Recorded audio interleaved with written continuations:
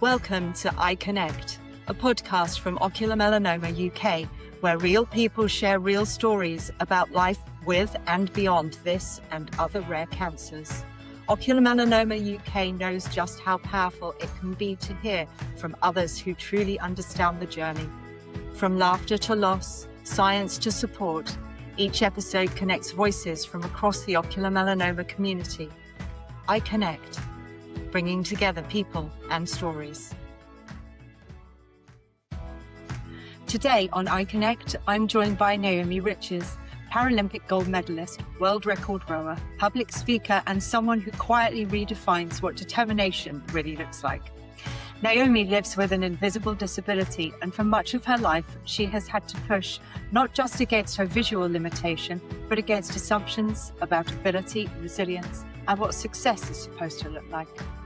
Her journey through elite sport is empowering, but it's her honesty about the struggles, self-belief, and persistence that makes her story resonate far beyond Team GB. Awarded an MBE for services to rowing and disability sport, and now proudly serving as Deputy Lieutenant of Buckinghamshire, Naomi continues to use her experiences to help others believe that the impossible is not out of reach. This is a conversation about purpose and the choices we make to fulfill our dreams, even when the odds can feel somewhat against us. Hi, Naomi. Hi. Hi, thanks so much for joining me. Naomi Riches, everybody. You might want to do a little bit of explaining kind of who you are. You are amazing, absolutely incredible human being. And you are pretty much blind, which is phenomenal. So tell us a little bit about, were you born blind? So I was born with achromatopsia, which is the official eye condition, but I wasn't diagnosed until I was about 18 months old. My mum noticed my eyes moving around and they didn't stop, and she thought it's just a bit weird because usually you learn to focus and follow what's going on. So I went for loads of tests and turned out that I have achromatopsia, so my cones don't work and I struggle with bright light and I can't do much detail. And the brighter it gets, the less that I can see. A bit like when you come out of a cinema into a bright open space, it's like, whoa, too bright and you can't see much. Well, that's kind of me a lot of the time in sunlight, especially. It just makes it quite hard to see what's going on around you.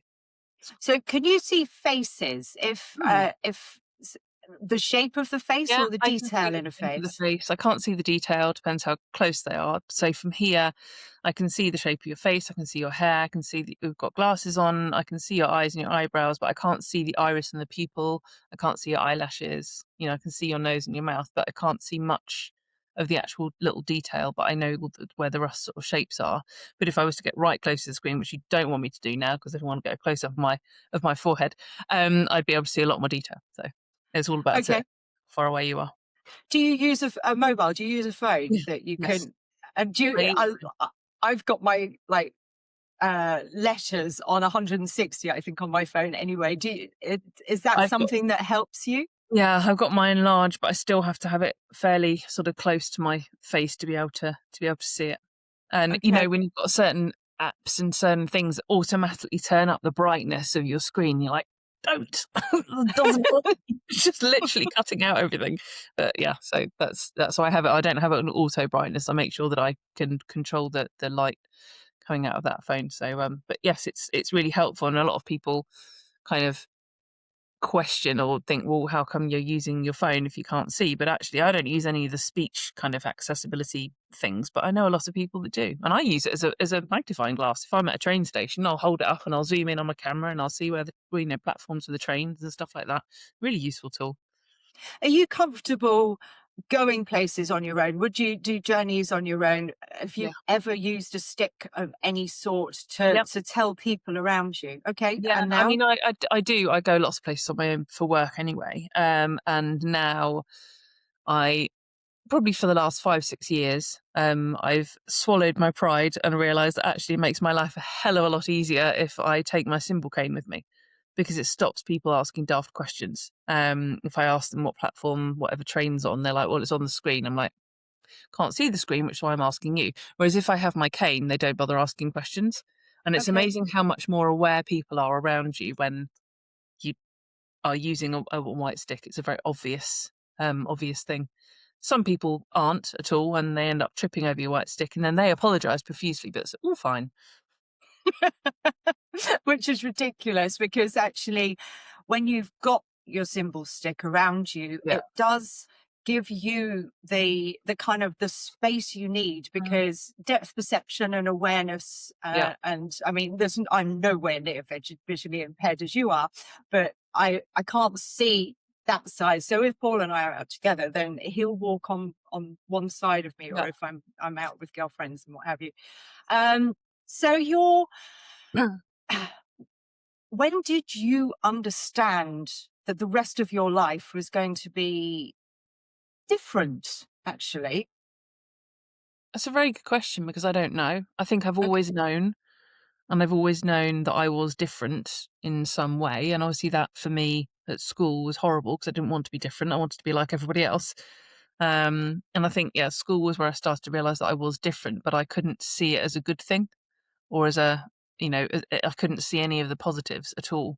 I could only ever see it as a thing that slowed me down, made me less able than others, made me center of attention for the wrong reasons, or, made me look different because I had glasses on that were jam jar bottom thickness and tinted, learning assistant, all these sorts of things. And I was like, I'm just standing out for all the reasons I don't want to stand out for.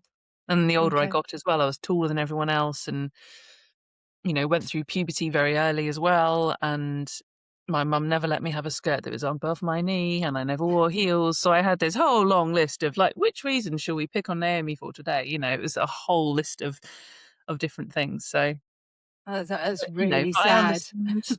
But that's kids when they don't Yeah. understand things, and the teachers um couldn't really care less sometimes, I'm afraid to say. I think there were a handful that were incredible, and they did make a difference, and they did try hard.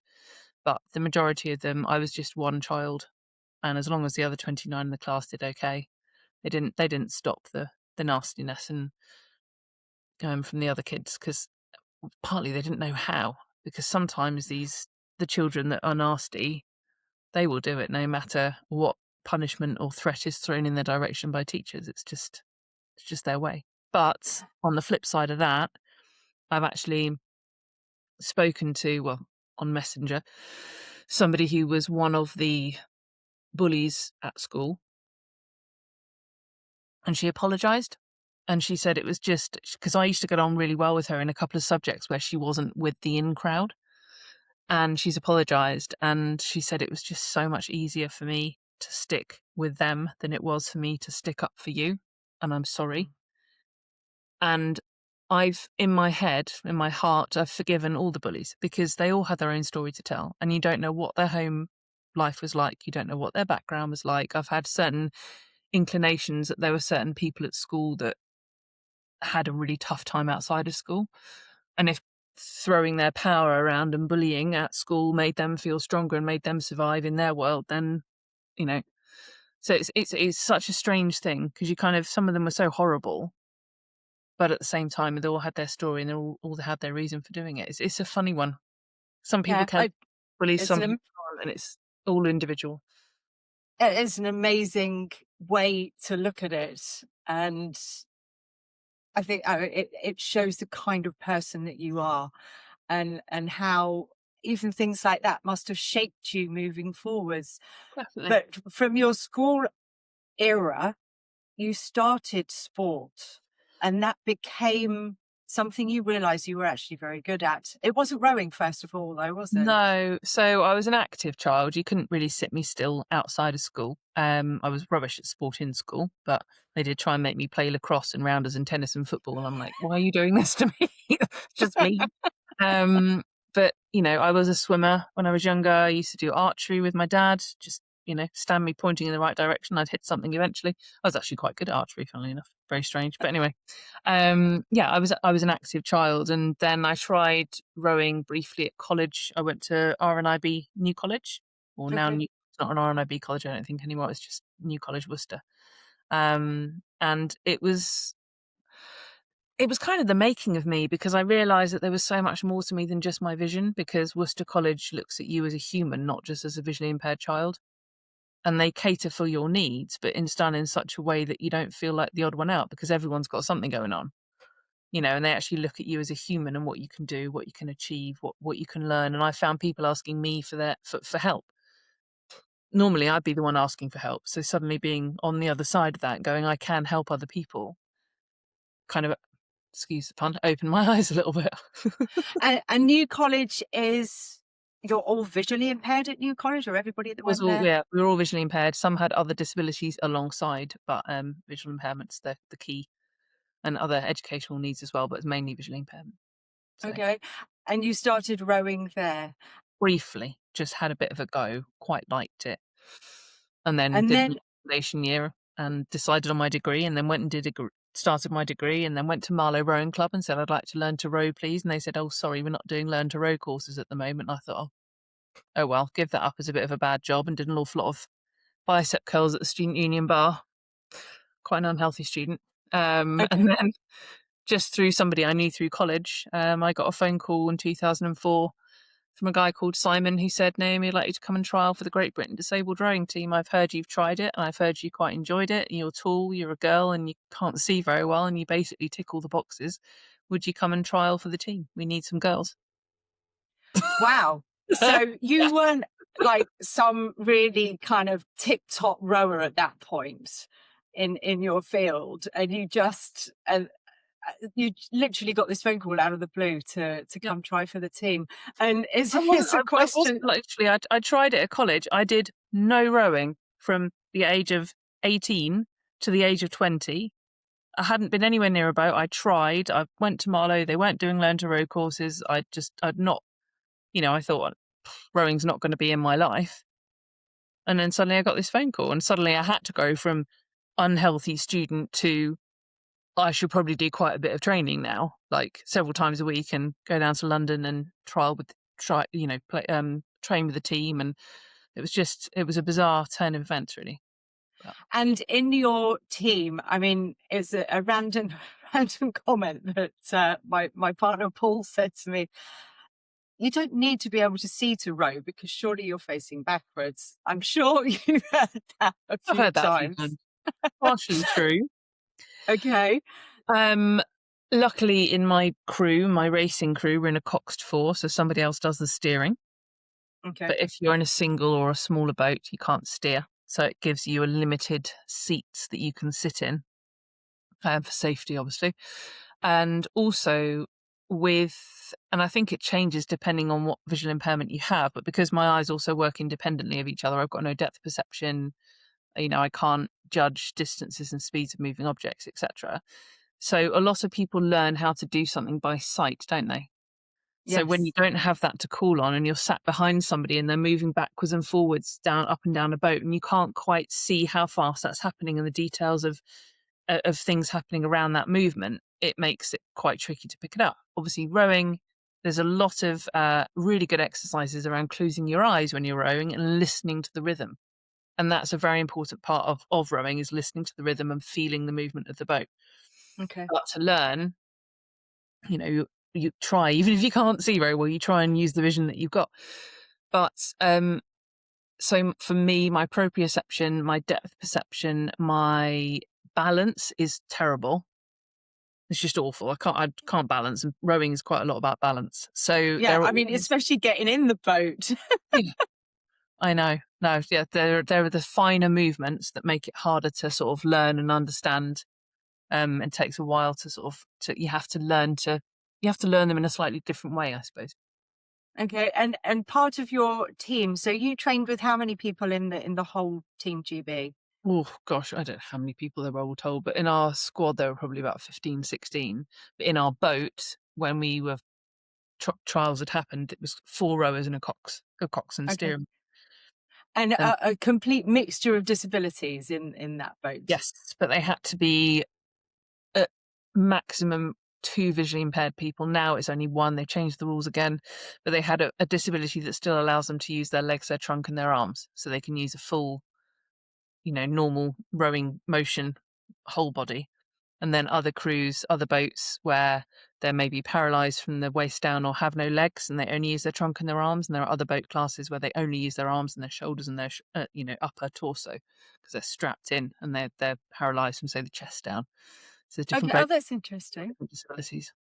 I didn't know that. That's really interesting. I just presumed you were all there and the four of you that got on, but actually you were all physically able-bodied from the shoulders down. Yep.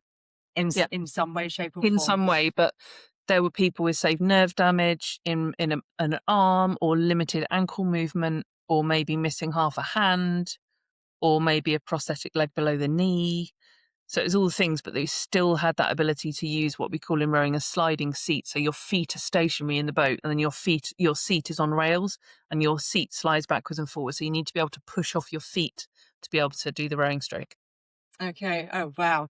And from that time when you got the phone call to actually entering your first national competition and then international competition, what was that? I mean, from putting that pint glass down, Naomi, to whoa, here we go. About 4 months.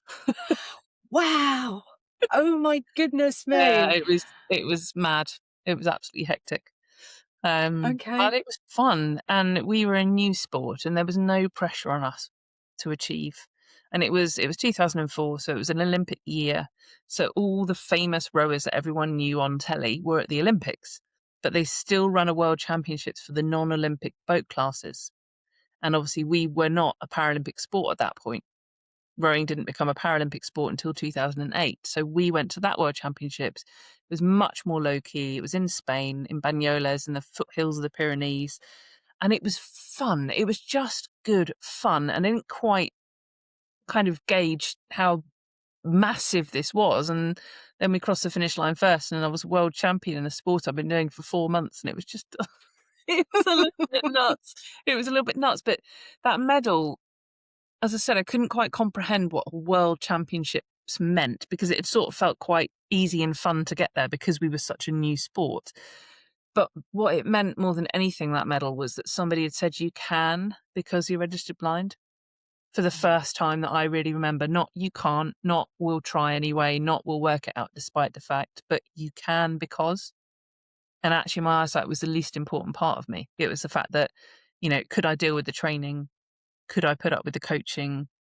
Did I get on with my teammates? Would I work hard when it was hurting in the race? Could I deal with could I bake decent brownies for training camp? That was the human bit of me was what mattered, not my eye condition. And it sort of started to flip that around in my mind as to how my eyes actually could or would impact my life. Wow. Okay. Just amazing. And did you get a break between 2008 and 2012?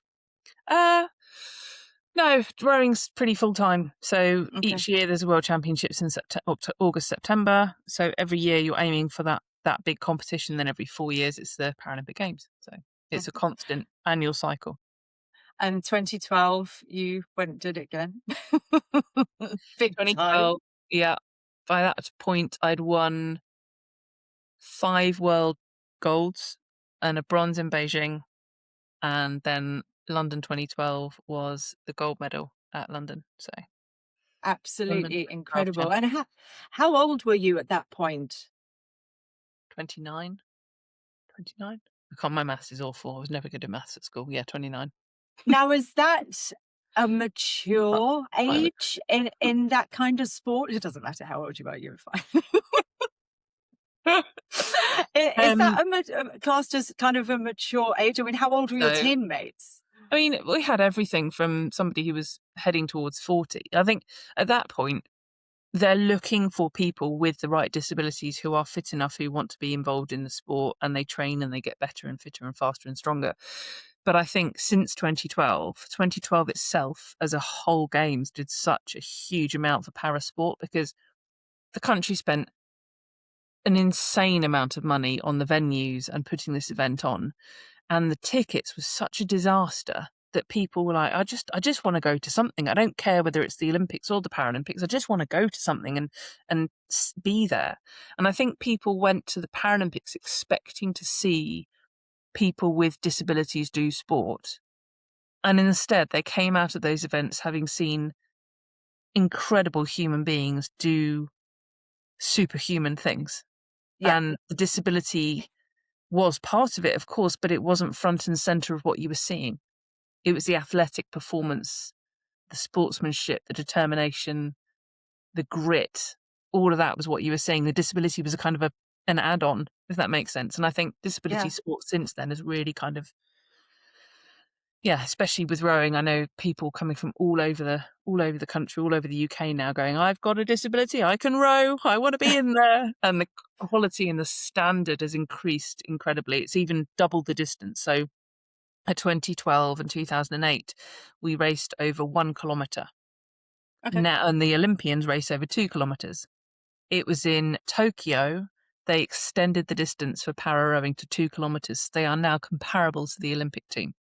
Oh, brilliant. So Excellent. that's like a big old, it's Yeah. a disability sport in a way, but it's brilliant. It just and people. I used to be really funny if people would say an Olympian, Naomi Riches, and I go, no, I'm a Paralympian, and I get a little bit of a bee in my bonnet about it. Now I'm just like, you know what? If you see us as the same, that's fine with me. It's funny how Did you even ever my work opinions with change. them? No, we trained at the same training base as them, but we Okay. would stagger our sessions because the boat classes where people are using less parts of their body, fewer parts of their body, like only using their trunk and their arms and shoulders, are a lot slower.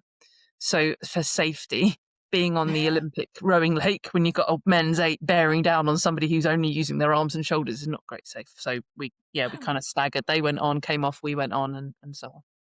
But But yeah, they're off around each off other. off the pitch, out of the water, Pitch. Yeah. out of the boat, was there a relationship, or Yeah. has there been a relationship? Okay. It has, and So it's got better and better over the years as the standard of our sport has increased. So I think has the understanding and the acceptance and to a certain extent the respect of the Olympic team grown.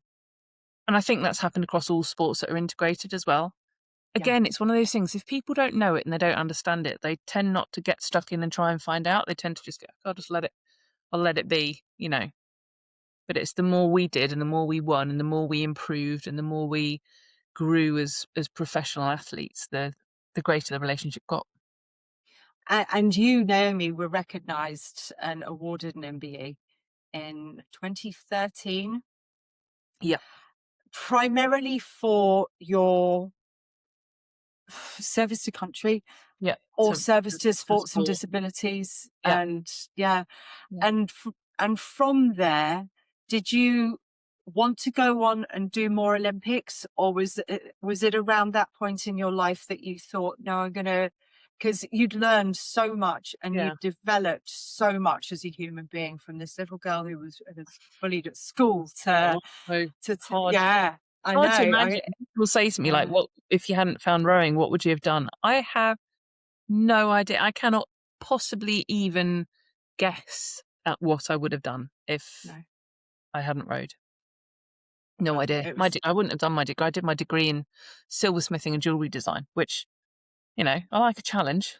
yeah. But I was going to say, I'm not being funny, but really, yeah, really. Then I might be a designer. I don't know, but I wasn't, the best at making because of my vision. So, but I enjoyed it. My dad was an okay. engineer. I was used to making, creating, building stuff with him. I was liked being hands on. So that's probably partly why I went for the degree that I did. But yeah, I still play around with some wires and pliers and beads on occasion. But no, I might have been a designer of some sort now. I don't know. Well, Literally cannot even guess. there is still time. I mean, in between your motivational speaking and your teaching Yeah, skills. And so, do you still do rowing as a hobby or yeah, as a way of maintaining your fitness? yeah. Do you train other people in rowing? So I'm a member of Marlow Rowing Club. I joined them a couple of years after I started rowing for GB, and I was like, "Please, can I join you? I need a local rowing club, and you're closest." And I'm just like, "Yeah," so that was fine. But yeah, I still row for them. I row in the young veterans squad, so I'm technically old in rowing terms now. And so I'm in the young vets, the younger of the older ones, and yeah, still compete, still really into it, still training 4, 5, 6 times a week.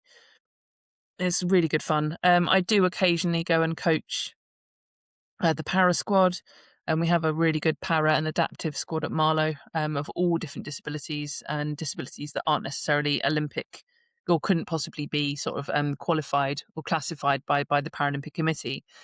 Certain special educational needs and hearing impairments and things. But yeah, we have a great para squad down at Marlow. It's one of the biggest in the country, and they do so well. And getting these kids out on the water and giving them that sense of freedom and that sense of ability and that sense of speed when they get going. Oh my God, it's just amazing to watch them. And occasionally with my group, there are some of us in the young vets that have been rowing for 20, 30 or 40 years. And there are some in the young vets that have been rowing for 2 or 3 because they learned to row later in life. And so I sometimes, if I'm in a crew with others that have been rowing for less time than me, I'll do a bit of coaching in there. But that's just, we all do. We all pass our knowledge on when we can to others. That is so wonderful. And Marlow has recognised you by making you the president of the Marlow Society, or the president of Marlow. I mean, is there such a thing? No, president of the Marlow Society. So it's a small, fairly well, going on for 1,000 members now. And it's only been a very recent thing. I'm still learning, to be honest. But Marlow has so much history and so many amazing things that have happened there over the years. And it's a wonderful town. It's developing all the time, growing all the time. And it's becoming, or it has always been, but it's very, very popular to visit. And to really, we want to represent ourselves and the town, well, and also look at the future of the town. What's it going to look like for my kids, grandkids, great grandkids? Can we in some way protect the future of the town to make sure that it's still as wonderful a bit of a chocolate box town as it is now, as it will be in 100 years' time? So that's lovely. It's sort of an honorary representative role, and I do meetings and we have an AGM, etc. But it's really run by some very passionate, knowledgeable individuals who know a lot about the history of this town and want to preserve that. And you've come in, I would imagine, as quite a young member, have you? Yeah, fairly young. I'm trying to bring in new, younger members because it's about the future of Marlow. Yeah. So It's you and your children who are the future of Marlow in the area. Yeah.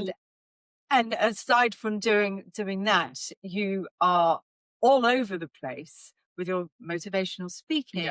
And what kind of events are you asked to speak at? Or rather, let me ask you what you are most passionate at speaking about. Yeah, it's probably the best way to do it, because I'll be honest, in the last 4 months, I've spoken for an ice cream making company, a waste disposal company, a removals and mortgages and everything company, an insurance company, a school, a college, everywhere. Because what I talk about, I do take the audience with me from playground to podium. I tell them that story, but the themes that I can draw out of it, and different themes at different points, the themes that I'm starting to really hone in on with what I do, are resilience and building trust in high performing teams, because they're the ones that shine strongest through my story. But there is also self-awareness, emotional intelligence, diversity and inclusion, just general motivation and inspiration. It's a story that's, funnily enough, it's weird because it's not really about the rowing. No, not at all. Kind of about the rowing. I get that. The rowing is a vehicle that carries a very human story that is relatable and is honest, and I do not shy away from the low points, and I take people with me down there and then I bring them back up again, because they can relate to that. Everybody has those lows and those highs, and it might not look like, in my case, being run over by a car in 2004. That's part of the story. It might not be that kind of low, but it might be that your child was injured, or you were injured in some way, or a family member was poorly, or you lost someone when you least expect that kind of low. A lot of people can relate to those. Or you've had to change your identity for whatever reason. these lows, whilst you might not personally have been hit by a car, you can feel that lowest of the low. How am I going to come back from this? How am I going to survive? Who is this making me now? How am I changing? Everyone can relate to that. And whilst it might not be a Paralympic gold medal at London 2012, everybody can relate to either achieving or aspiring to achieve their wildest dreams, because they absolutely should. You know, however big and crazy it sounds, the bigger and crazier, the better, as far as I'm concerned. Don't undersell your dreams. Make them big, make them bold, make them crazy. Oh, 100%, 100%. And I think the way that you inspire and just being in your presence, when I first met you, there's just this largeness around you. And I don't mean Jason, who is like 6'8". there is this presence around you that just wants to embrace opportunity and give you the feeling that you can actually. It doesn't matter what you can, but yes, you can. Followed by you will. Yeah. Which is and I talk about this stuff all the time, and I don't get it right every day. I'll be totally honest. First working week of January was horrible.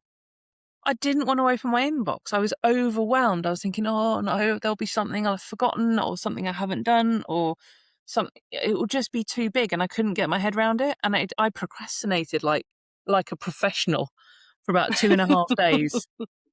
I watched far too much television. I found too many things to do around the house that really didn't need doing, but I felt they did. So I don't get it right all the time at all. And nobody who talks about resilience and trust and self-doubt and all, anybody who talks about it, for a fact that they don't get it 100% right as well. No, absolutely, because if you did get it 100% right, you wouldn't be able to relay it so that the other human beings can understand what you were talking about. Otherwise, everyone's just going to sit back and think, last year was a tough year. I mean, for a combination of things. At one point, both my parents were in hospital opposite ends of the country. I didn't know how to deal with that. I'm an only child. I can't drive. I had to, because I'm self-employed, Jason's self-employed. When we don't work, we don't get paid. We were both of us trying to find work, grow our businesses. I had a 1 month where I'm thinking, I don't know how I'm going to pay the mortgage next month. So I had those lows, but then on the highs, I had the 3 best months of work I've ever had the last quarter of the last year. And Jason proposed to me. So I had the lowest lows and the highest highs that I could possibly have in 12 months. And I think that's partly why I was looking at that inbox going, I don't think I can do that roller coaster again. I think the idea of that roller coaster for another 12 months, just too much for my brain to comprehend. I think that's why I was procrastinating so much. But then Jason just said to me, there might just be one email in there that makes your day. That's all it needs. Was there? There was. So okay. He was right. Jason, you're right. There you go. He's going to look at that. And I know that the pair of you actually make time. You diarize time to be you. To be just you and he. Yeah. And a little birdie might have told me just before we hopped on this that something really exciting is going to happen, and that you booked something really exciting this morning. I booked our wedding, so that's happening. Happening.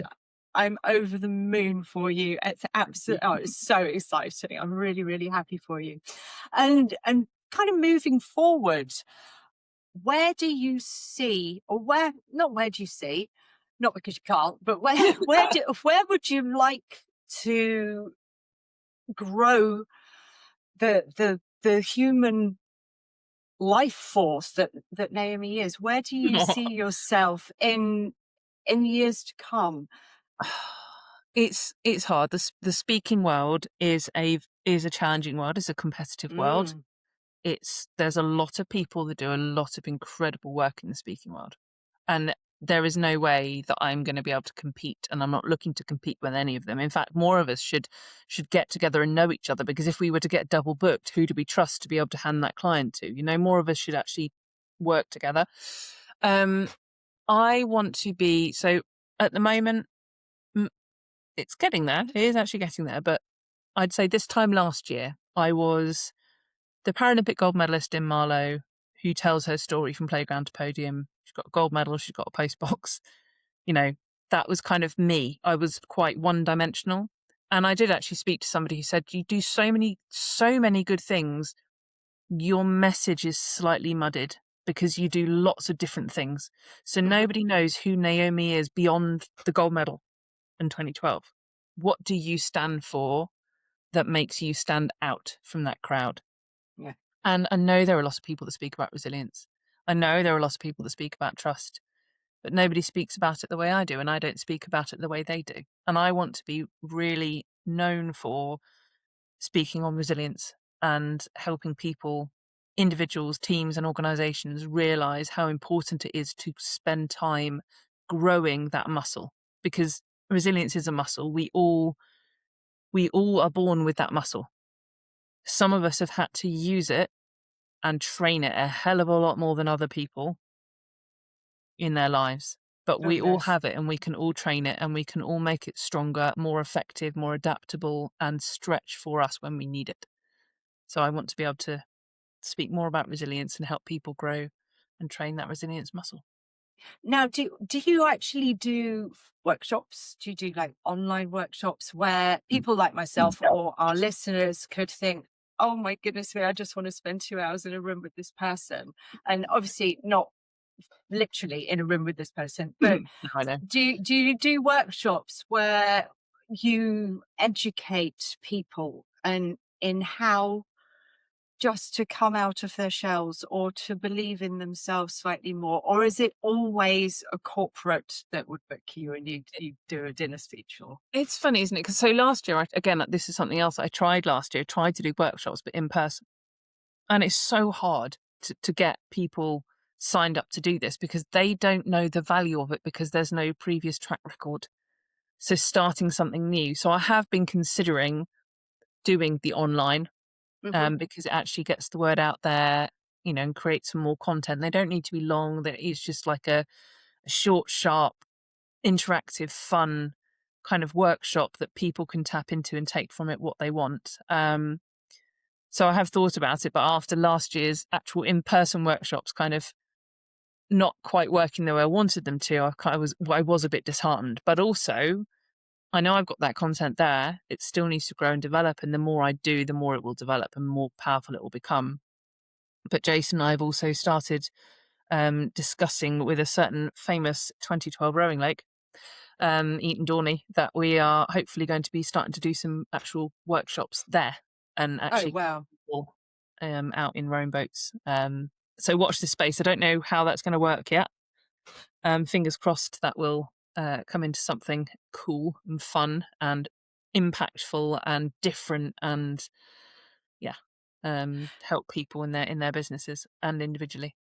yes, and very much individually. I mean, it's great. I think that business CEOs and heads understand the importance now of looking after their staff, their Yeah. crew, their everybody, just to bring people together. And I think COVID actually did us all a big favor in that way, because it did make people miss each other more than Mhm. anything else. And I mean, I'm not a big one for hybrid working, if I'm honest, because I think the importance of being in a space Yeah. with other human beings and the cohort of a heartbeat together. And as you talk, when you're in the boat and you're rowing and you've got the rhythm of the oars and the water, and Yeah. it's just that movement and kind of bringing everything together. Definitely. Um, And, there are honestly, so many analogies for rowing in business, finding your rhythm, pulling together,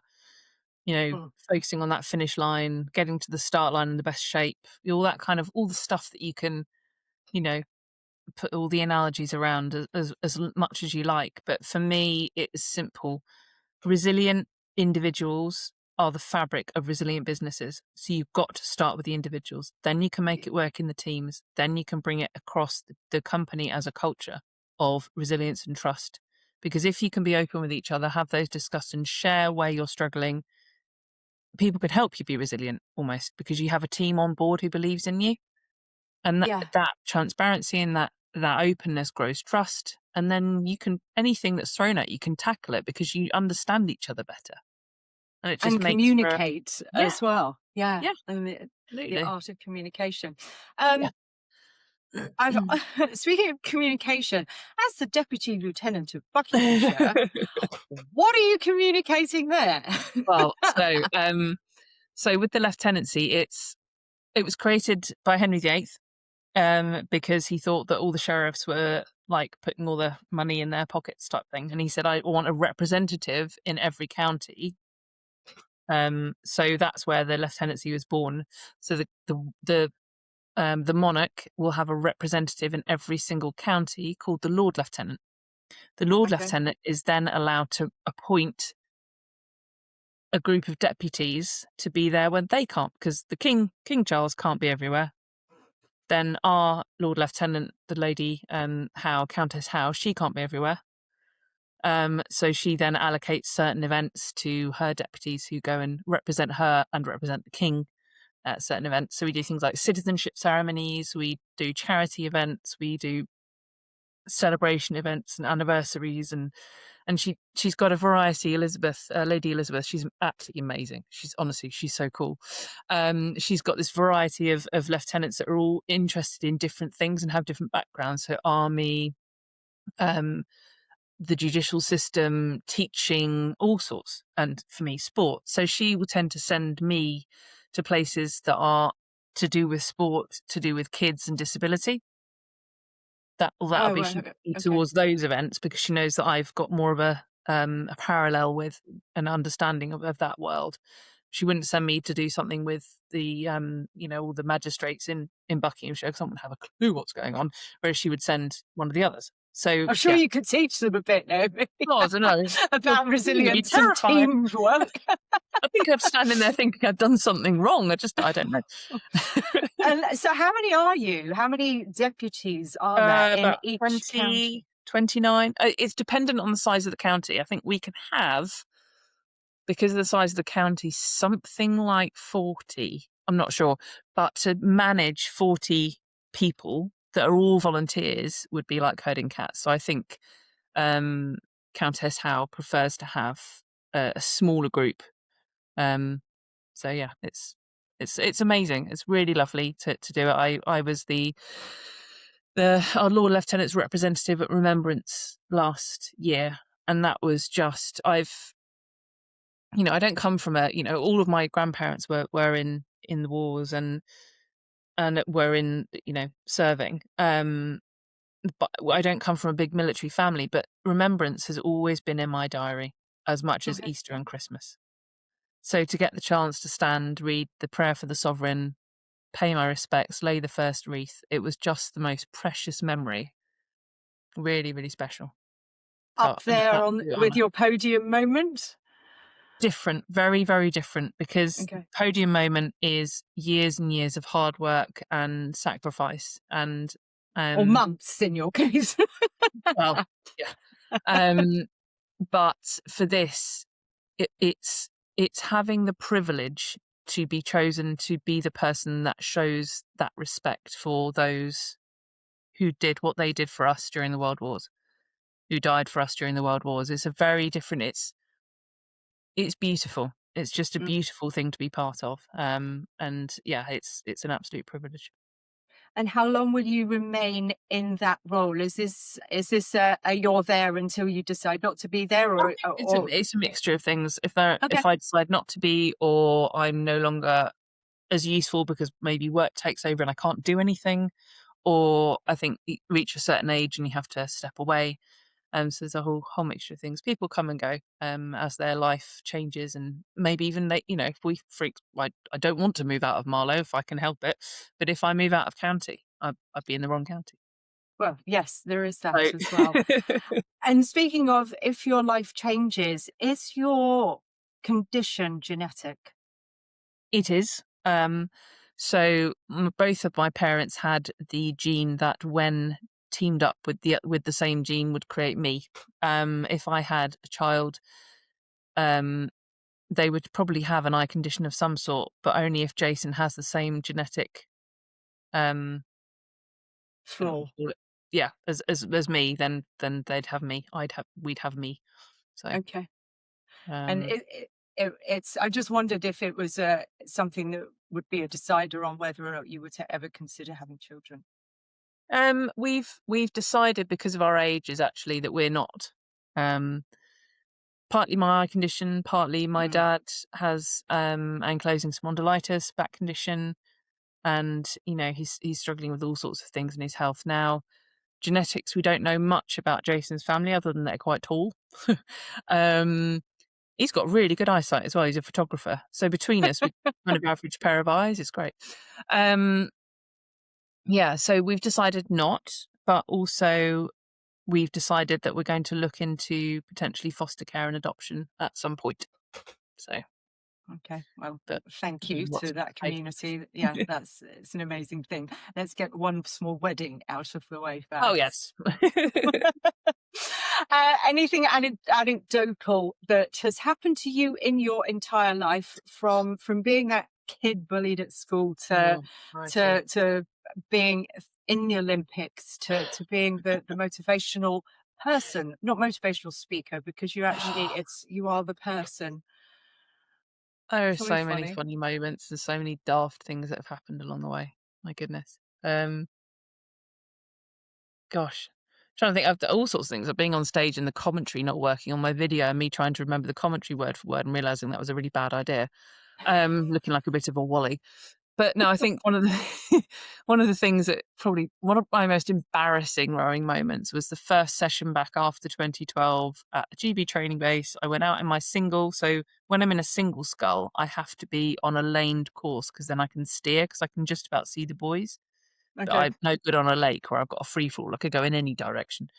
Um, but I got in my single scull, which is narrower than I got in it last year actually, and it is. I looked down and I couldn't see the boat. There was just two thighs, and there's a boat somewhere underneath it. Because obviously I'm floating, but it's narrower than me. So yeah, got into my single.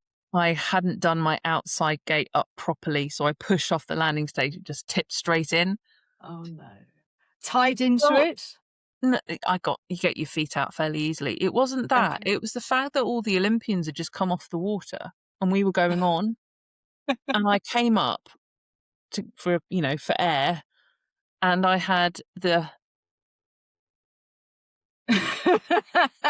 slow Bless clap of you. many Olympic gold, silver, bronze medalists, finalists from 2012. I was like, it's just so embarrassing.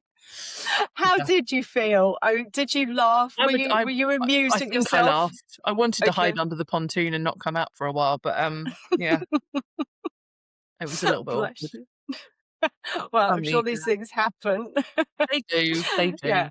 all the time, and I don't think it's probably got nothing to do with your disability either. It's just No, it was just me being careless. It's yeah. just complete carelessness, and that's not made that mistake again. That's for sure. No, I bet. It was Oh, cold. Anyway. yes, I know. I can imagine. Thank you for sharing your story. Oh, Thank well. you for everything that you do as well, Oh, thank because you. it was an absolute pleasure to come across you through a mutual friend, Mm, and yeah, I'll be forever grateful to him for. Thank you, Ali, for the yeah, introduction. absolutely. Great Yeah, no, connection. No, thank you it's so it's much for been your really time. good, and it's one of the things that I always think people say to me, what's the advice that you could give to your younger self? You get the little 5-year-old at school or the 12-year-old at school, and I'd say just remember that you are enough. And it's always hard Yeah, to believe that, and it's always hard to feel that. But the people, they say you attract your tribe. You do.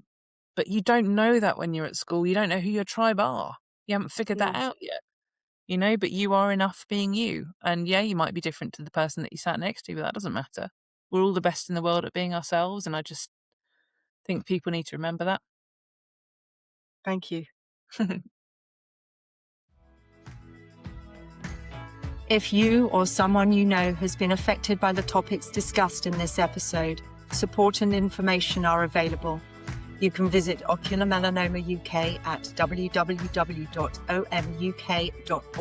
for guidance, resources, to connect with our helpline and others who understand. Remember, No one should face ocular melanoma alone.